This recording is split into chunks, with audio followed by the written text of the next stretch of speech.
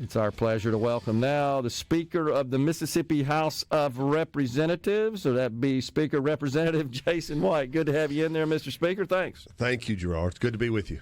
I know you guys are very busy, and you are working overtime, shall we say, especially focused on HB1. We are. Your top priority, and that's sweeping tax reform for the state of Mississippi. And it is sweeping tax reform. I like your description of it, because that is exactly what it is. It's a holistic, all-around approach to reform of the way we fund state government, the way we collect taxes, and the way we fund it, and the way we take money from taxpayers, and based on their spending and or their income. And so it turns it upside down, no doubt. It does. So I've been sharing here on the air and in social media just the high-level basic provisions and trying to kind of distill that down, Mr. Speaker, to here are the major changes that would affect the average Mississippian with respect to the taxes you pay, the taxes you incur,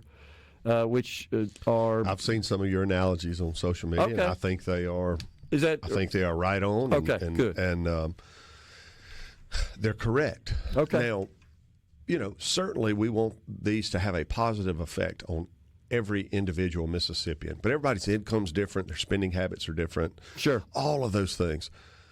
But the ultimate goal certainly is tax relief, but is also moving away from an income tax-based model and a consumption-based tax model, the way we run our state.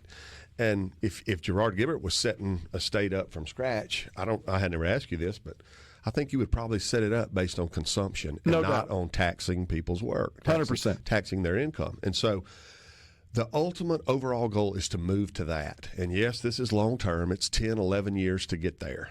And we'll pull a few other levers to get there to try to find that sweet spot that, to answer those calls of, hey, we do have some issues in state government that need our attention, that do need funding. There are core functions of government, like our highways and infrastructure and public safety, corrections, Medicaid, you name it. Those things have to go on. So we got to be, I heard somebody say something about adults in the room. We've got to be adults, and we've got to be serious about the job we have as state government. But at the same time, we've lived within our means for several years in a row now, saved over 10% of our budget each year that we didn't spend and put in recurring spending. The bank accounts are full. The rainy day fund is full. We've shown we can do that. So we're taking in about $7.8 billion this year. We've only budgeted for $7 billion. So that alone is a cushion.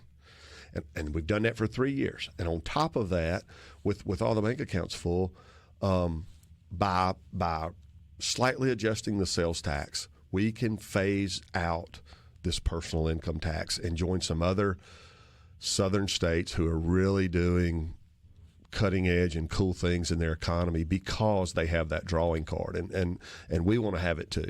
We won't fix everything for us. We've still got other things we got to work on, but it's one more piece of the puzzle that is in our favor.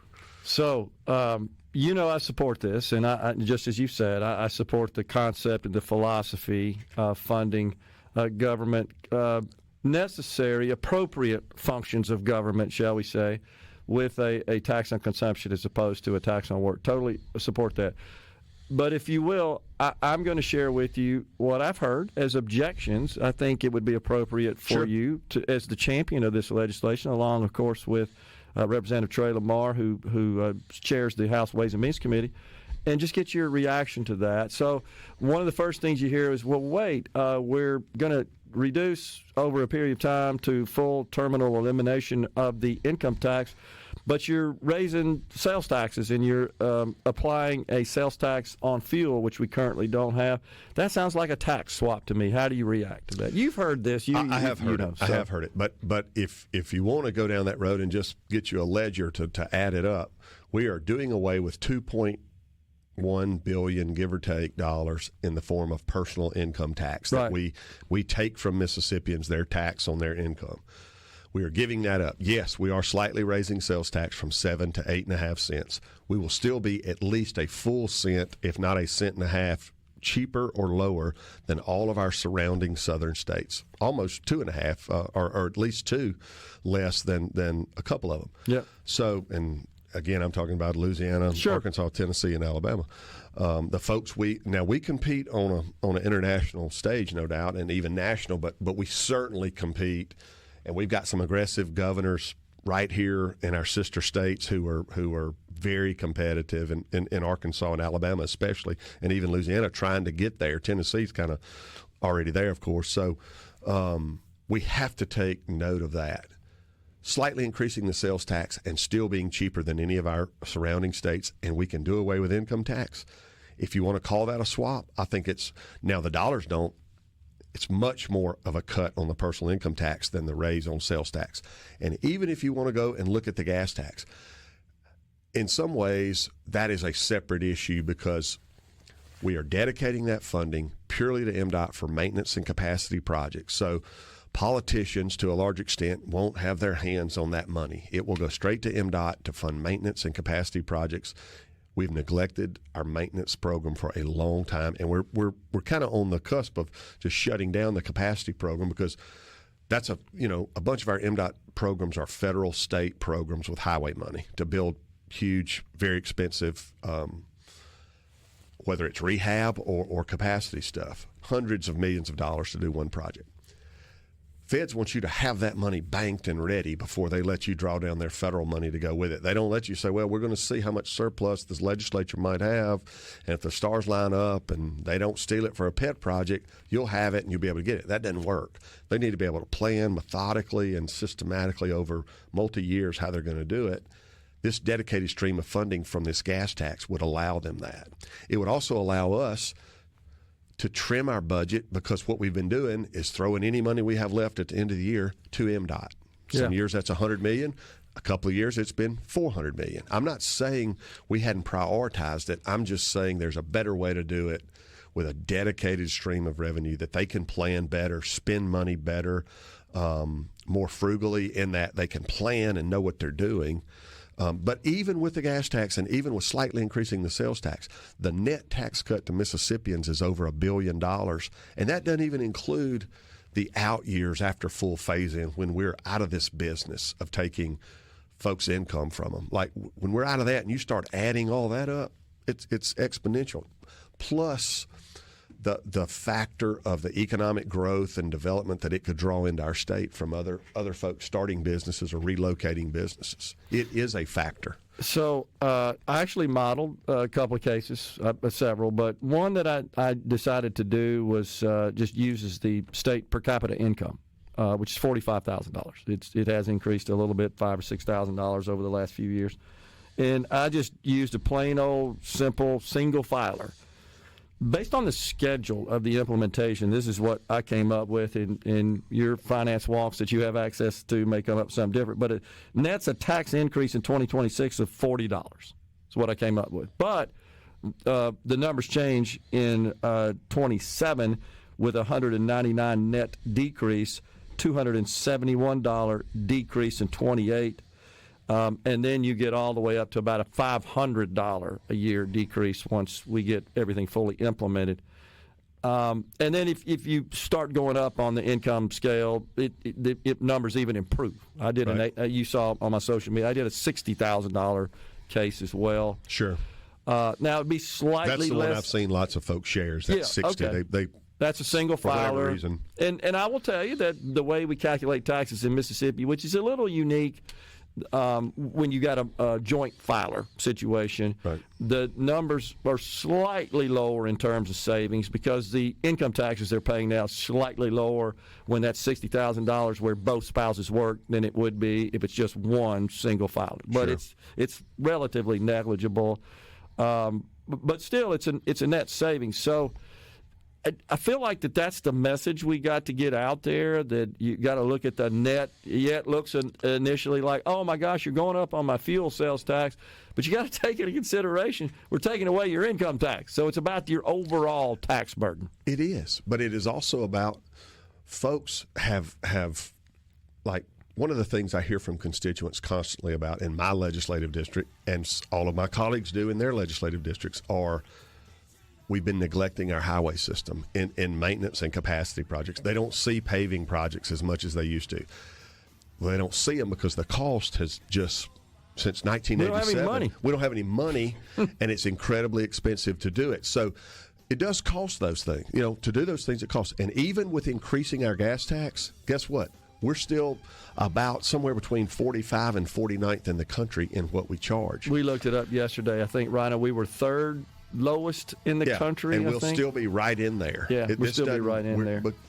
Because we've been so low. The other thing, right, before we go, and we'll talk after this, the federal government wants you to show you've got recurring money to maintain these projects they give you money for as well. They do. Coming right back with Speaker of the House. Back, everyone. It's Speaker of the House, Jason White, in the Element Well studio. All right, so we talked about the income tax, and so just to clarify, and make sure I state this correctly, presently with the 22 Tax Reform Act, we were phasing down the remaining 5% bracket to 4 over 3 years. We went to 4.7 last year, 4.4 this year, 4 in 2026. That's right. Under this measure, we would go immediately to 3 in 27. That's correct. And then we would phase out that 3% in 0.3% increments over 10 years to the terminal rate of 0. That's right. Okay. So through 2036, I believe. Yes, okay. correct. Yeah. Right. So and Gerard, a piece I didn't mention a while ago, I probably should, and that is we were talking about offsets and sales tax increase, gas tax increase, elimination of personal income tax. We also are cutting the grocery tax. That's where I was going. And so we're going to cut it a cent and then buy it down another 2 cents over that same period. So current plan is grocery tax would be at 4% at full phase-in, which is a 3% cut from the 7% that you pay now, which is admittedly one of the highest in the country. State tax. State tax. Right. That's right. Got to make that distinction because many municipalities and counties, parishes, where there is no state tax or a lower state tax, they help themselves. That's right. That's right. They've got to get revenue from somewhere. That's where it comes from. And of that 4%, when we get it down to 4% through this tax cut, cities receive 1.5 cents of that 4 cents. Right. So the state's only realizing 2.5.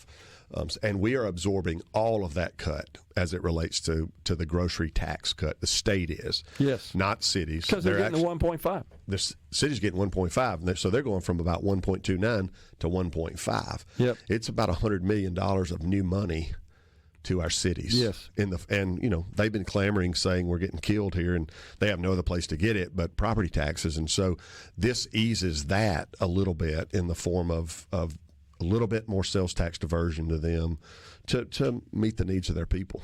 I would, just doing the quick math, after diversion, the current model seems like the state would be going from about 5.6 down to the terminal 4.5. So we would be essentially losing 1.5 points of revenue to lower the grocery tax, whereas sales tax on groceries, whereas the municipalities would pick up actually more revenue than the diversion currently provides. That's correct. Okay. That's correct. Just want to make sure we have the right. So that's another key we'd be provision. going to 4.5 immediately. And then the 2.5. That's what I meant to say. The 2.5. And then 2 more points over that 10-year period. So essentially, to the state, it's about 3 percentage points current relative to the current model. That's correct. That's correct. You're at about 5. We get about 5.6 something now, and we're going to be at 2.5. So, yeah. And there's some other diversions we should point out as well, besides just that which goes to municipalities, right? We got another 10% or so for other purposes. Correct. Yeah. All right. So it's just changing the model so that the state receives more money from consumption taxes to fund its operations than income taxes. This point, I've seen a lot of this on social media for whatever reason, and I compared it to some folks. I said, well, you know how the House always blames things on the Senate, and the Senate always blames things on the House, whether you're talking about on the federal level or state level. We see this in local governments too. A lot of times, city government might blame something on county government, and county might blame it on city, but it seems to be this narrative has gotten out there that this big tax cut that the state is working on is going to cause your local taxes to go up. If your local elected official tells you that, they're just not telling you the truth. We're not doing one thing. The state doesn't get money from the property taxes you pay in your local governments. Those goes to fund local government and schools.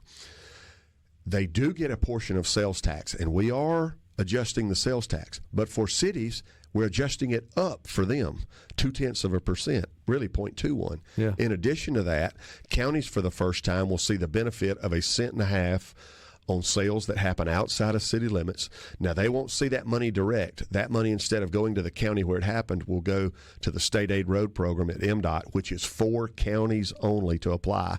And that is their number one legislative priority. I met with their executive director and their association president yesterday from the County Supervisors Association.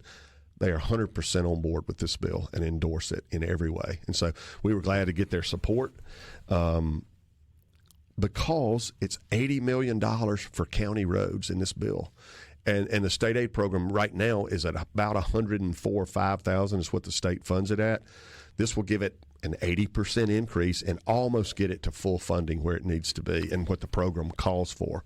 If any of our fellow Mississippians have ever attended a Board of Supervisors meeting, those are the folks that run the government in the county, this consumes the meetings. For the most part, it does. It's discussion of roads and infrastructures, and even citizens that show up that want to say the road around my house is terrible or something to that effect. It's like the number one issue. It is. It's where they spend most of their money. It is, and counties don't get a sales tax diversion, right. So their property tax is where they get it. Yeah. So this eases that. It doesn't. This House Bill 1, the Build Up Mississippi Act, actually eases that by finally diverting some money to county roads in a way that is real and appreciable.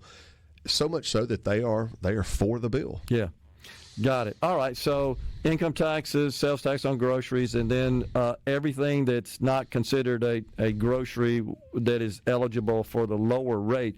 And the way I interpreted the bill, I just shared that with the audience. We're defining that as everything that's eligible for SNAP. Is that correct? Is that the way? Did I read that right? Basically, that's a long description or definition to try to nail down. What qualifies? What qualifies? What is a non-grocery? What is a grocery item or what isn't? Okay. Yeah. Okay. And they tell me, well, that's a gray area, but it can be done. Other states obviously do it. I pulled up Florida yesterday and read it. Yeah. It's like 3 pages of really fine print on everything that's taxed at the different that's exempt and considered a grocery, and that which is not and taxed at their full rate. Some things when you go to the grocery store are already taxed. They're not considered grocery items, but you don't see it because it's all 7%. Yes. You're going to see a difference because some of the things you're still going to buy at a grocery store are going to be at that now 7%. Now 8.5%. Yeah. It's not going to be everything that happens to go through the checkout line depending on where you shop. Okay. I won't pick a I hear in that regard. But so the timing is the other thing that comes up. I know you've heard this, Mr. Speaker, where we're phasing in the reductions over 10 years, but we're immediately imposing the addition, the 1.5% additional local tax, and then the 5% sales tax on fuel. How do you respond to that? We are, and that's to address concerns, again, with our local governments, as we've talked about in that cent and a half that's being added, that they see the benefit of. Yes, we are reclaiming the 1.29 of the diversion that they've been getting. That is to answer the concerns of, are you sure you're going to have enough money to run state government? Even a conservative budget, people want you to be able to fund the core functions of government. Sure. And so with that room, we are so much lower than our surrounding states. We felt like we had enough room to raise it slightly, stay more than competitive with our surrounding states. We don't want our border cities and counties, we don't want folks to be driven across state lines just because they save a cent or two in sales tax. You'll still be saving a cent or two by shopping in Mississippi. So we're not losing anything there. And it just offers enough of a buffer or a cushion to folks who say, you're fixing to blow up state government and you're not going to have enough money and we're going to be the next Kansas. That's what they all want to say. I say by the slight adjustment in sales tax and by the fact that we've been living within our means to the point that we've had almost $1 billion surpluses, it shows we can do something there and return more money to people's pockets. And that's why you see it there and now. And over time, certainly we want to be able to fund state government. This isn't about slash and burn. If we're hypothetical, 5 years down the road and we're in the, let's say, past 2027, and we're in the process of this 0.3% phase out of the income tax, and there's some sort of macroeconomic downturn and that affects revenues to the state, do you feel like the legislature would act? Because they certainly could if they needed to. We're acting now. We're acting now, and the governor reminds me often, Tate Reeves reminds me often, We meet every year. and politicians and your lawmakers, if they're nothing else, I think I've said this to you before, they're self-preservationists. Sure. They hear from their people. And so, no, we don't want to do something and undo it. But what I'm saying is they are, whether folks believe this or not, they do want what's best for Mississippi. A lot of people, a whole lot smarter than me, Gerard, say this is the way we should go. This is the model. We say this is what we believe in. We've got a chance now. And some folks say, well, you meet every year, then just do a little bit every year. Well, I don't know what next year looks like. I don't know who's going to be sitting in the chair I'm sitting in a year or two, sure, or in 5 years or in 10 years. What I know now is the stars are aligned. We need an infrastructure improvement for our roads and bridges. We're taking in almost $1 billion more than we make. The stars are kind of aligned with a governor who is championing the elimination of the personal income tax. I don't know when I'm going to have this combination again and have the votes. I'm with you on that. We got Speaker of the House Jason White. We got to talk about another key element of the program when we come back, and that's how the lottery proceeds are going to be used in the future. Thank you. We're coming right back with Well Studio. We appreciate Speaker of the House Jason White being with us. And I know we've talked completely about this tax bill because that's your number one priority, and it's why you styled it and titled it as HB1. It is, and I learned a lot from Philip Gunn and his 12 years as Speaker and serving under his leadership. But I really learned a lot in my first year as Speaker about pick a thing or two that has to be that does move the needle, that is a major issue, and work on it. You can get so at the Capitol, big time. People are hitting you up every day with with good ideas. I'm not saying, but if you're going to move this many pieces of the cheese around, you better get focused on it. And so we decided in the off season of all the things that were bubbling up, it looked like the time was right. Stars were lining up a little bit to focus on this and make it our number one priority and get it across the finish line. And something this big takes that kind of focus. And so while we do have other things going on that I think are cool legislatively, and I hope to see a bunch of them pass and become law, we want to spend our political capital mainly on this session. Okay. So let's continue with another major provision. And that is the way the net proceeds generated by the Mississippi Lottery Corporation are currently distributed, and how this bill would change that. Right. As you know better than me, currently the state derives somewhere around $125 million. Maybe it's been as high as 132, 35 in the big COVID year. Just shy of 135, 138, something like whatever. that. But I think last year it was 122 or 124. That's right. Yes. And our current law dedicates the first $80 million of that funding to MDOT. Yep, State Highway Fund. Yep. State Highway Fund for roads and bridges. And then everything over that to the Education Enhancement Fund. Now, when that law was put in place, and I know because I was here, nobody thought lottery was going to generate us $50 million. Best including case scenario. The speaker, by the way. That's right. And that's a different conversation for a different day. But certainly not more than 60 or 75. Right. And so and just playing politics here, somebody said, well, some people wanted it all to go to education. And so when we said, no, roads and bridges are our most dire need, that's where it's got to go. To gain votes and to calm people down and to smooth some feathers, we said anything over 80 will go to education.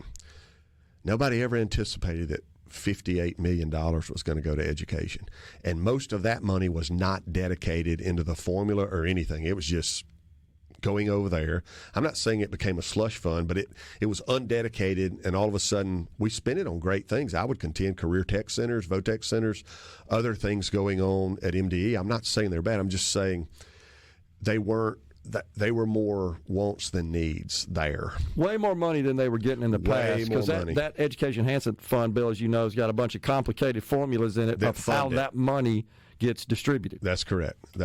So I don't mean in any way to discount Education Enhancement Fund. I'm just saying nobody anticipated 50 or 60 million was going to go there from this lottery proceeds. Yes. So in House Bill 1, we have, with the gas tax going to fund MDOT and those roads and bridges, the capacity and maintenance projects there at MDOT. with that $400 million going there through the gas tax, we're going to pull back the $80 million that we were diverting from lottery proceeds, and in its place, divert the first $100 million to investing, buying down, paying, whatever you want to call it, into our public employees retirement system to help fund the deficit that exists and may be growing at this point. So that first $100 million will go to help fill that gap of our unfunded liabilities at PERS. That is real money that the state of Mississippi, however you look at it, is on the hook for. And I've been the first to say, I've taken a lot of shots because I was willing to talk about PERS and be willing to reform it. But I'm still proud to this day of my House colleagues who are willing to stand up and say publicly, we have a problem at PERS. Let's fix it so that we ensure retirees get what they were promised, and we don't have to start doing really crazy things with our retirement system. And they took a lot of flack for being willing to publicly talk about that, and certainly to consider legislation there. Now, as you know, we passed a bill last year that basically took unilateral authority from the board to raise the employer contribution. And when you hear employer contribution, as a taxpayer, what you need to know that means is your money, taxpayer money, because the employers are tax dollars, so to speak. So if we're increasing the taxpayers' contribution into PERS, which, again, we are obligated to do, whatever that looks like. The legislation last year said that the legislature would have to be part of that consideration or that decision going forward. We did allow a 2.5% increase phased in over 5 years last year. So we're in the middle of phasing that increase in over a little more time to give our local governments especially time to digest that increase, because they were clamoring the most about the problems surrounding that. Yeah. This helps alleviate some of that concern by putting an extra $100 million a year helping fund that deficit. We think it's a good positive step, another step in reforming PERS and finding a way to close that funding gap to ensure its viability and sustainability long term. I think you'll probably see other PERS legislation this session. I understand the Senate is coming forward, with a bill to reform maybe, a new tier of employee for public employees. We'll see. For state employees, we'll see where we get with that. But I think this is a positive step. Anything over that $100 million of lottery proceeds will be split equally between the Education Enhancement Fund and the Strategic Multimodal Fund at MDOT, which is, think ports, harbors, railroads, airports, that sort of thing. And the reason that fund is so important at MDOT for that infrastructure, we have some incredible ports around Mississippi that are doing great things economically, that kind of a little bit of a hidden gem. Critical to our economy, by the way. Very critical to our economy, and especially our ag economy, which is hurting, and you've been talking about recently. But a lot of people think about ports, they think about our Gulf Coast, but on the Tin Tom, Yellow Creek, and on the Mississippi River, all up through our river towns, extremely important to ag, the way those things function and work as we market our stuff around the world. So rail, our airports, all of that stuff, it's extremely important. And by having a dedicated stream through lottery funding for those, it may not generate more than $10 to $15 million for them a year, but that allows them to draw down 4 times that amount in federal money that is available through the federal infrastructure packages and things that they offer, to the point of we're able to leverage that for real infrastructure improvements in that area in our state. We know the governor supports this legislation, and it's been a priority of his for as long as I can remember, Mr. Speaker, that he wants to eliminate the income tax. How do you think this is going to be received down the hall there in the Senate? I think it's like a lot of other things. It is a big piece of legislation with a bunch of different moving parts. And you mentioned the governor's support, and we are glad to have it and welcome it, because I've tried to move legislation that he didn't support, and so I know the difference. But here's what I would say. I bet you there are some individual pieces of this bill that the governor doesn't like, but taken as a whole, and the incredible positive movement and direction that it sends our state, all of the good outweighs any particular thing that somebody might be hung up on if it's one thing, if all the other things are so good for Mississippi, but you hate maybe one particular piece or two. taken as a whole and looking at it as a whole, it is a win for Mississippi. And that's going to be my job. If we're going to take this bill up on the House floor today, we gavel in it too, and I expect we'll bring it up shortly thereafter, and I expect a large vote on it and a major House position on it. I suspect we'll get some bipartisan support. Probably not unilateral, unanimous support, but we'll get some bipartisan support. With a strong House vote in position, it's going to be my job to deal with Senate leadership and try to sell them, convince them, and they may have things they want to change about the legislation. Sure. As long as we're in for total elimination, as long as we've got a dedicated stream for infrastructure, as long as we do this over a reasonable amount of time, they'll have my attention and we'll be there. But if they don't take it seriously, and it's a strong House position, that generally leads to what we see in D.C. a lot, and that's gridlock and nobody's talking to anybody and that sort of thing. That's why we want it out on the table early, broad daylight, shoot your best hole in it. If you got a problem with it, let's get it out on the table and deal with it. Those guys and girls are reasonable down there. They have constituents too. Sure. I welcome their opinion and their input. But the answer just can't be no, too big, too much. It is easy to understand, and in spite of the length of it, because we're touching so many parts, I think taken as a whole and as a package, it is a huge win for Mississippi. Ask your economic developer, ask your board of supervisors, ask your mayors and boards of aldermen, ask your business community where they are on it, and I think they'll all overwhelmingly tell you it is best for Mississippi. House Bill 1. Okay. We got it. Mr. Speaker, appreciate you coming in, man. Thank you, Gerard. Really enjoyed the insight and the detailed analysis and commentary. It means a lot. I know our audience appreciates that as well. Speaker of the House, Jason White, has been our guest in the Element Wealth Studio. Final segment of Middays is next.